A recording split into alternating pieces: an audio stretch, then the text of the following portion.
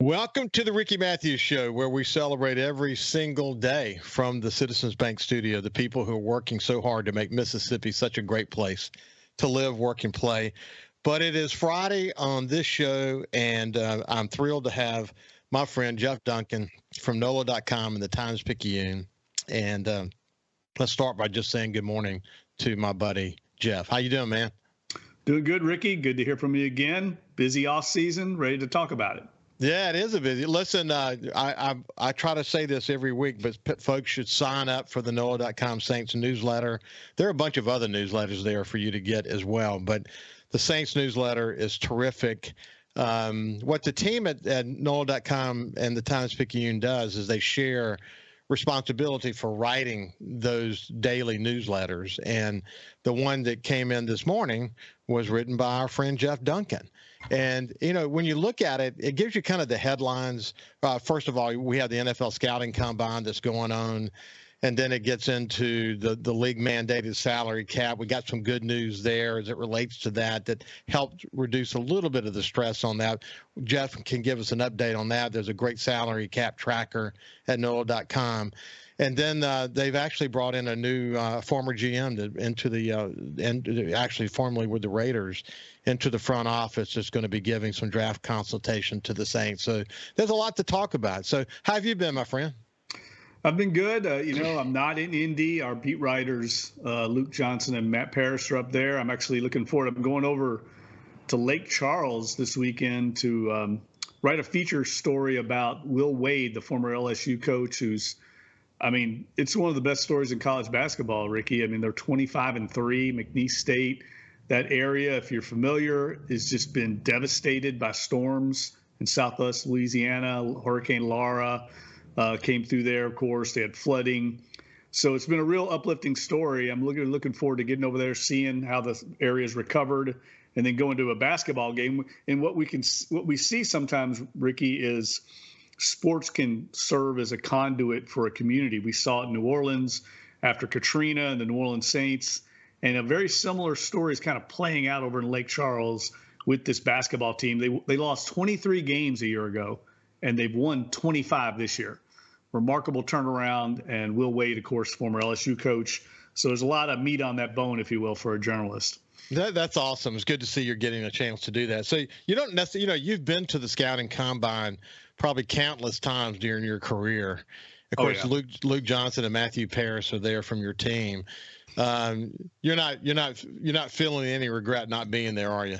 Well, it's gotten to be, like a lot of things that we cover these days, Ricky, a TV event for the NFL Network. They want to get as much bang for their buck from the broadcast. So really going to there was days years in the past where you could go and have all kinds of access to the players and coaches. And now everything's very regimented, very formalized. You get one little press conference with your general manager or coach, the prospects you can talk to, but it's just not nearly as accessible to the journalists as it used to be. And what really is the most important thing for the journalists to go up there, like our beat writers, is not the draft process. And that's what everybody sees, these testing. That'll all be coming up today, starting today and tomorrow, where you watch TV and you watch the 40-yard dash and the 3-cone drill. That's not what's important. What's important is this is really the start of the league year. What I mean by that is this is the start of the 2024 NFL season. The real free agency period starts in a few weeks. And right now, all the jockeying, negotiating, groundwork is being laid by agents in meetings with decision makers around the league, like Mickey Loomis, like Mike Parrington, the pro personnel director. They'll be having meetings all week. So this is where you're going to start to see news, and we're already seeing it across the league, leak out. So-and-so's on the trade market. So-and-so's being offered. They're going to restructure this guy. This player is going to be a cut candidate, or this player is getting cut. All that comes out now. That's really what you're there to get, not necessarily to evaluate the cornerbacks and the defensive ends. We've still got 2 months to go before the draft. There'll be plenty of time for that. It's more about the behind-the-scenes negotiations. Yeah, I told you the story once when the combine was in New Orleans. This has been a long time ago. It might have been in the 80s. I have to go back and check the date on this, but I had gone over to Tulane with another guy from the Sun Herald to do some management training. We stayed at the Hyatt Regency, and the combine was happening there. And Oakland had just won the Super Bowl. Coach Flores was there. And what I remember about the environment was really relaxed. And so we were sitting there. He didn't even know who we were from Adam. And we said, well, Coach, how you doing? Congratulations on the Super Bowl. And he immediately says, hey, you guys want a drink? He bought us a drink. He sat with us for a second. I mean, I was blown away by that. This is the story where I was over on the piano. There was a piano over this grand piano over in the corner, and I was, banging on it a little bit with some blues. And Al Davis came up and he put, I don't know how much money on the piano, and he wanted me to play Chariots of Fire. Do you remember me telling you this story? That's hilarious. I said, I don't know. I'm sorry. I don't know Chariots of Fire. No, you don't understand. I want to hear Chariots of Fire. I said, no, sir. I just happen to be here and I know how to play some blues, but I don't know Chariots of Fire. And he just kind of grabbed his money and walked off. I don't know what was so special about Chariots of Fire, but I remember the environment was so relaxed, man. I mean, it's not so much like that anymore now that you've got TV involved and all this kind of rigorous schedule. It's different, isn't it? Yeah, look, I can remember my earliest days, myself and Brian Alley Walsh, my colleague, we broke the story. This is in 2000 that Ricky Williams was on the trade block and was involved in trade talks with the Miami Dolphins, which is what ended up happening a few weeks later. And Brian and I had heard that the Dolphins' entire coaching staff and front office were having dinner at the Ruth's Chris there in downtown. And we went and sat at the bar and stalked that group until they got up and left. And we ambushed them on their way out and got Dave Weinstadt, of course, former Dolphins coach, on the record to talk about it. And that's what you do in journalism. I mean, you hang out. Sometimes you're spending 2 hours waiting just for the right moment. But those are my early fond memories. And also I remember distinctly going out. There's a couple of late night bars there where the coaches go out and kind of blow off steam. And there's one that is famous for playing 80s music. It's called Ike and Jonesy's. And I distinctly remember Wade Phillips, of course, former Saints assistant coach, son of Bum Phillips. Wade Phillips was a dancer, Ricky, and he would go out there and dance all night on this dance floor, this 80s music. It was a really good dancer. And all the other coaches would come out and join him. I mean, that's the kind of stuff going on there. It's really like a convention for the NFL because all the coaches are there, all the front office people, all the agents, they all convene on this. And one thing about Indianapolis, just like New Orleans, it's a small downtown footprint. So you can get everywhere really easily on foot, and you know where everybody's kind of at. You'll hear, oh, there's a lot of coaches over at this steakhouse, and everybody kind of descends on those few nightlife spots, and it just becomes like a scene. It's always great there. And I will say this, I mean, it has changed a little bit. The Saints have a huge contingent up there. I wrote about that this week on social media. They've got their entire scouting staff, their entire coaching staff. They've got ancillary people, support staff up there. They've got a massive contingent, maybe one of the largest in the NFL, whereas a lot of teams now are not even sending their coaches anymore because all the interviews that are conducted by the personnel departments, they can do them on Zoom. So the coaches can sit in on them, ask questions from their home offices. So we're seeing a trend where a lot of coaches aren't there. The Saints are going in the opposite direction. They've always sent a large contingent, and they're continuing to do so. You know what's interesting about taking that approach, though, and as Luke Johnson and Matthew Paris are doing as well, developing sources and developing relationships and whatever, but you never know what you're going to hear. You know, if you just keep your ear, I'm saying, if I'm a scout and I'm socializing and I'm listening and you never know what kind of information you're going to pick up, be picking up on. That's actually could be very critical, couldn't it? It happens all the time. I mean, what happens a lot of times is you'll hear something about another team, like an agent or an assistant or a personnel guy will tell you something going on with another team, and then you can help out a colleague, and what goes around comes around. They help you out when they hear a tidbit about your team. Like you might be talking to an agent about a prospect in free agency, and he may say, well, no, your team's not interested, but boy, the Bears are really, they've already laid the groundwork. And so you let your buddy that covers the Bears know, and he'll do likewise for you. A lot of that going on. You also have to temper it a little bit. You have to have instincts because there's a lot of lying going on. I mean, there's a lot of agents trying to set maybe a market for their client that might not be real or not, but they're trying to do their best by the player. So there's just a lot of information coming and going. That's why we're going to see a lot of it coming out right now in the national media and through our guys with the Picayune. Caginess can play out in so many different forms, can it? Yeah, a lot of smoke screens, I would imagine. But you know what? When people get having a drink and whatever, they get a little loose lips, so people can make mistakes. So you never know, man. You never know what you're going to hear. But you had your headline on your newsletter saying money matters, and there's a lot going on around the salary cap right now. You got some work that has to be done before the March deadline. When we come back on the other side, Jeff, we'll talk a little bit more about what the Saints are up to as it relates to the salary cap. So, rumors around Marshawn Lattimore, maybe he's still in play, or maybe other players are in play. We'll get the latest from you on that. When we come back, we'll continue our conversation with Jeff Duncan from NOLA.com and the Times-Picayune. Welcome back to the Ricky Matthews Show. We have my friend Jeff Duncan from NOLA.com and the Times-Picayune talking about the Saints. And, the salary cap's a big deal. And you and I have talked about this many times before, but the efforts to create parity in the league have been very successful. The efforts to make teams sort of financially viable, especially in the small market teams like New Orleans and Green Bay and so on. So they've really done a good job, and the salary cap plays a big role in all that, doesn't it?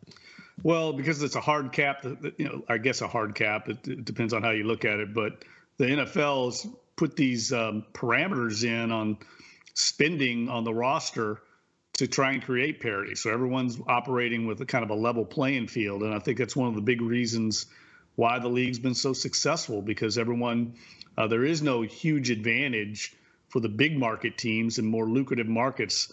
It enables markets like New Orleans and Green Bay and Buffalo to compete at the highest level of the league, along with the Dallases and the Los Angeles and New Yorks. And that, to me, that's been the genius of the NFL. There's always hope. Matter of fact, my column, and you probably haven't seen it yet because it just posted on NOLA.com, is about how the NFL, the beauty of the league, is that you're just one really good offseason away from getting back in it. I mean, look at the Houston Texans. A year ago, I think when every Saints fan looked at the schedule and saw the Saints were playing the Texans, they said, well, that's a win, right? Well, they had gone out and hired D'Amico Ryans. They brought in Bobby Slowick to be their offensive coordinator. They draft C.J. Stroud. They draft Will Anderson from Alabama. And they ended up being one of the final 8 teams in the whole NFL. I mean, they won a playoff game. They beat the Saints. One offseason, and they did it all. And the Saints have done that in the past. I wrote about this today. I listed the best off seasons I've covered in my tenure here. This is going to be my 25th year covering the team, so it's kind of a hallmark, a landmark moment for me. 25 years covering one team, so I've seen a lot. And I've seen in 2000 the Saints were 3-13 under Mike Ditka the year before. Bring in Randy Mueller, Jim Haslett. They go out and get Joe Horn in free agency. They get Jeff Blake. They fix the quarterback situation. They go 10-6, win the division. It happens. We saw it in 2006 here. So there's hope for the Saints. I know it's been bleak. They've had 3 seasons of not making the playoffs, but if they can execute this offseason, and it's handicapped a little bit by the cap, like you're talking about, but if they can execute well in the free agency and draft market, they could be right back in the mix next year. Well, they're good at it. They're good at kicking the ball down the way a bit as it relates to the salary cap, and but they've got still some work to do, don't they? Yeah, look, they always get there. I'm never, it's funny. I'm not a big salary cap economics guy. I know they're going to get there. It's inevitable. I feel like fans kind of get into the jockeying a little bit, but once it's done, no one's talking about it. I mean, they did it last year. They got under the cap. No one sits around a month later and goes, well, let's talk about the salary. I mean, I know they're going to get there. It's inevitable. They have to get there. You have to be cap compliant. So I don't see, none of these stories excite me. They moved $8 million of what is interesting to me, and I've written about this, the reason the Saints are able to do all this maneuvering, the reason they're able to account the way they do with these restructures is because they have enormous cash flow. And that's a credit to the deal they worked out with the New Orleans Saints. I can remember when I first started with the state of Louisiana. They have such cash flow out there, and to be able to do what you're doing, you have to have cash up front to move money into a signing bonus and give the player the money up front. The player wants the cash in hand, and they in the past they never could do that. A lot of teams still can't do it.